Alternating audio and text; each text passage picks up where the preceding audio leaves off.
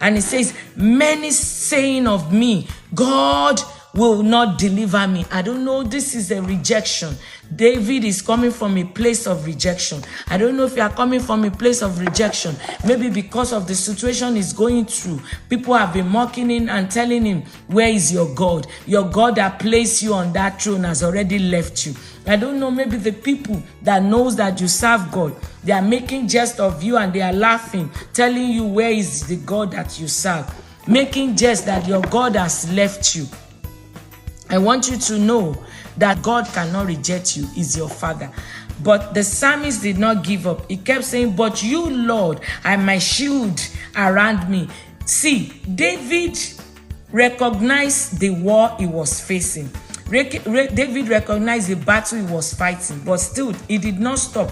He did not allow that battle to turn his back to God. In that battle, David still recognized who God was. So in your battle, do you still recognize who God is? But you know that God has always been saving you. You know God has always been your shield. You know God has always been your buckler. You know God has always been your rampart. You know God has always been the one lifting you above that sickness. You know God has always been one providing for you when you get to keep acknowledging God in your battle. Yes, you may explain your battle. Talk to him. Let him understand what you are going through. But that David knew that his comfort was in God.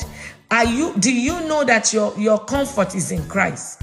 I know you are going through that battle. Yes, there is no doubt. I acknowledge the pain that you are going through. I acknowledge the suffering that you are going through. I acknowledge the sickness you are going through. But at the same time, I'm not going to acknowledge the rejection that you are going through in that pain. You are not rejected. God is with you. Remember that if the pain that you are going through did not kill you, that means there is somebody that is behind your strength. And it says, I call out to the Lord and he answers me from his only temple. Are you calling out to God? Don't let your situation make you running around.